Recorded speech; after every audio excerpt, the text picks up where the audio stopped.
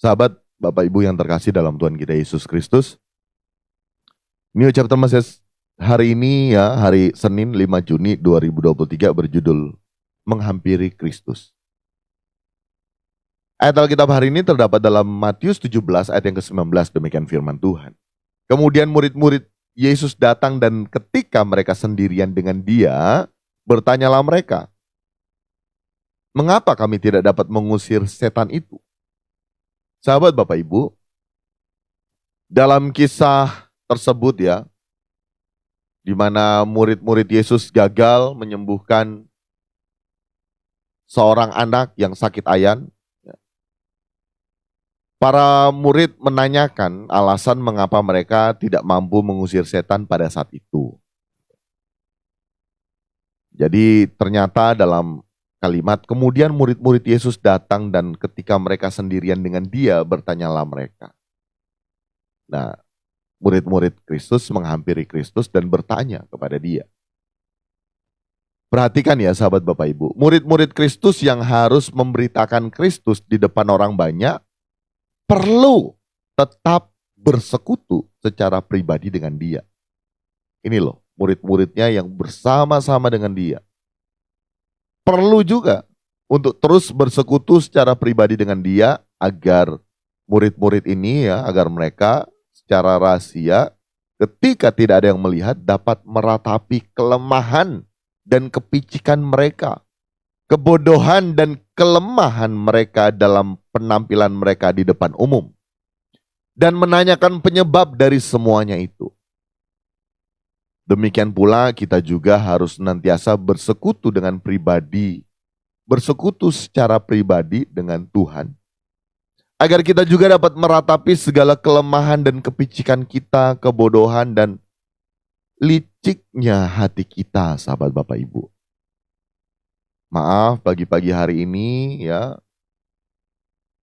Tuhan hendak menyampaikan satu hal yang keras tapi tujuannya hal yang baik bagi kita. Dengan dan tanpa kita sadari, kita merasa kita sudah kuat. Kita merasa kita sudah dapat melakukan segalanya, apalagi bagi kita yang punya harta, tahta, ya, jabatan. Ya. Tidak pernah meratapi begitu bodohnya kita, begitu lemahnya kita, begitu liciknya hati kita, begitu piciknya kita. Nah, kita sebenarnya harus menyadari sahabat Bapak Ibu. Murid-muridnya saja masih tetap bersekutu dengan Dia. Yang saat itu ada bersama-sama secara fisik dengan Kristus. Sama halnya kita juga harus dapat memanfaatkan kebebasan kita untuk dapat menghampiri Kristus ketika sedang saat-saat kita sendirian. Apalagi di saat kita sendirian, seringkali kita tidak sendiri. Pikiran kita melayang-layang dan seringkali pikiran kita mempermainkan pikiran kita. Perasaan kita mempermainkan perasaan kita. Karena dalam diri kita masih ada kodrat dosa. Iya, betul. Kita sering mengatakan bahwa aku mengaku Yesus adalah Tuhan. Roh tolong pimpin aku. Tetapi ya itu harus dibarengi dengan kita juga belajar kebenaran. Karena Roh Kudus akan memimpin kita kepada segala kebenaran. Tetapi bagaimana Roh Kudus akan pimpin kalau kita sendiri tidak belajar firman? Sahabat Bapak Ibu, kita harus memanfaatkan kebebasan kita untuk menghampiri Kristus ketika saat-saat kita sendirian, maupun juga ada kalanya kalau saya pribadi di keramaian juga, sahabat Bapak Ibu. Tujuannya apa? Di saat kita ada waktu-waktu berdua dengan Tuhan supaya kita dapat bebas dan berbicara tentang hal-hal yang bersifat pribadi dengan pribadinya. Ya. Pertanyaan-pertanyaan yang diajukan para murid kepada Kristus itu haruslah kita ajukan kepada diri kita sendiri ketika kita sedang berbicara dengan hati kita sendiri di atas pembaringan kita ataupun dimanapun kita berada. Mengapa kita begitu bodoh dan teledor pada waktu itu? Mengapa kita gagal melakukan kewajiban itu? Apa yang salah jika diketahui bisa diperbaiki? Sahabat Bapak Ibu, sederhananya segenap hidup kita 1 kali 24 jam harus ada dalam kawasan ilahi. Saya sebelum mempersiapkan ini tadi sempat ke kamar mandi ya.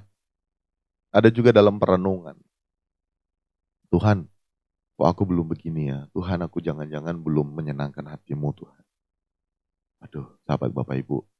Kita harus bisa sampai pada tahapan itu. Hidup kita hanyalah Tuhan. Dalam pekerjaan kita, semua yang kita lakukan, semua yang kita ingat Tuhan. Masih ingat kita waktu masih muda, kita pernah mengalami yang namanya masa-masa pacaran ya, cinta monyet. Kita bisa bilang, aku makan ingat kamu, aku tidur ingat kamu. Waduh. Nah, Tuhan ini bukan cinta monyet, sahabat Bapak Ibu. Tuhan adalah kekasih hidup kita, kekasih sejati kita. Bagaimana kita memperlakukan Kristus. Ya. Ini penting, sahabat Bapak Ibu. Ya. Penting, jadi segenap hidup kita, ya, kita pun bisa lega kalaupun kita menyanyikan, "Kurenungkan firman-Mu siang dan malam," karena betul. Setiap kali kita perkarakan diri kita di hadapan Tuhan. Oleh karena itu, sahabat Bapak Ibu, kita harus dapat memanfaatkan kebebasan kita untuk menghampiri Tuhan, sembari memperkarakan diri kita yang belum dapat dinikmati oleh Tuhan. Selagi masih diberi kesempatan hidup di kesementaraan ini, maka kita harus perkarakan diri kita di hadapan Tuhan.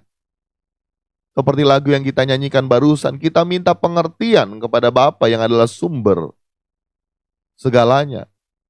Agar kita dapat mengenal keadaan kita di mata Tuhan. Apakah masih ada dosa tersembunyi? Apakah masih ada kesalahan yang tidak kita sadari? Apakah masih ada percintaan dunia yang mengikat hati kita? Kemudian tentunya sahabat Bapak Ibu, selanjutnya kita berjuang dengan segenap hidup kita untuk melepas semua. Jangan ada yang disisakan. Kita lepas semua. Agar kita hidup tidak bercela dalam pandangan Tuhan. Karena semua untuk Tuhan. Hidup kita untuk Tuhan. Sia-sia kita hidup di kesementaraan ini kalau kita tidak persembahkan hidup kita kepada Tuhan.